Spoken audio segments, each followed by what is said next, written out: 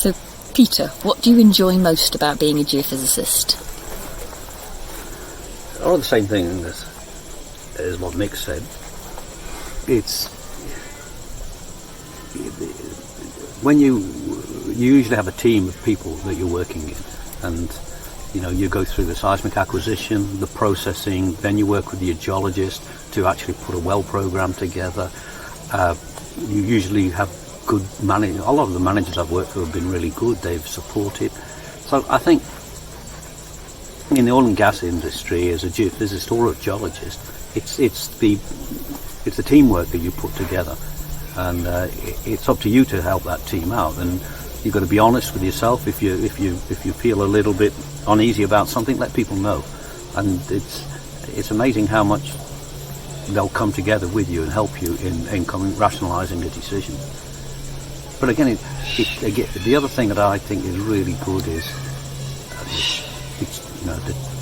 when the oil price goes down, technology always comes back to make it work. I mean, that last the oil price, what was it, when it went down in 2014 or something? 14, yeah. The world was, it'll never happen again. It's terrible.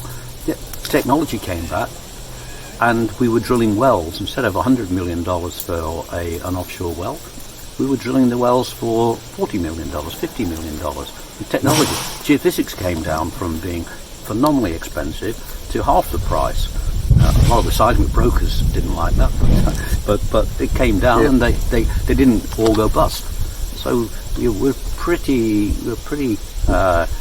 changeable in what we can do, technology-wise, commercially-wise, and geophysics and geology is emerging. Nothing you can say is final. And there's always new things happening that it'll reduce your risk, and I think that's commendable. The societies that we've got, like ASEG, AAPG, PISA, and all these good ones, they're a good launch pad for discussion. And the ASEG conferences we've had have been. They're called something else now. But when some of the older ones we had to change a couple of times. I remember one in Adelaide we had to change once. A few of the seismic contractors were very advertising in a different way than we would perhaps have acceptable. Again, that's the safety in parallel to safety. That side of the things.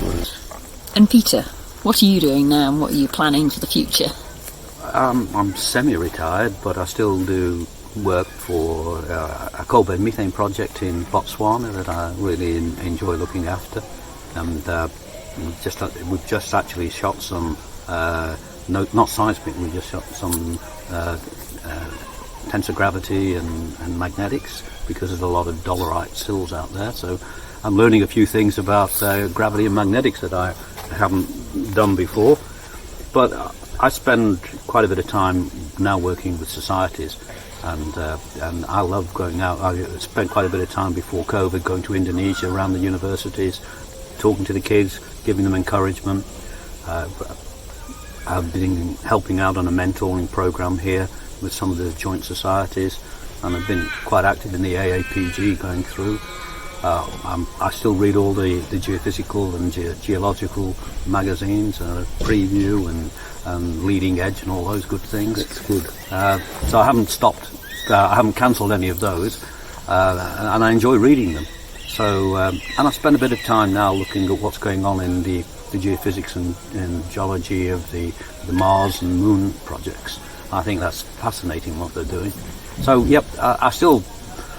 I think I'm probably a better geoscientist now than I was when I was 30 years old, because I understand things a bit better.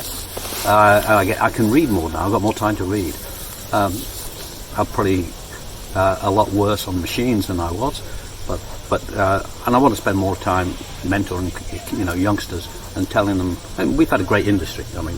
We've had a great time, great career, and we've got to pass that back on to the youngsters who are struggling to get jobs, and we've got to give them encouragement, because if we don't have youngsters coming in, whether renewables are great, but but we still need to have oil and gas until at least after 2040, 2050. We still need tyres for the electric cars.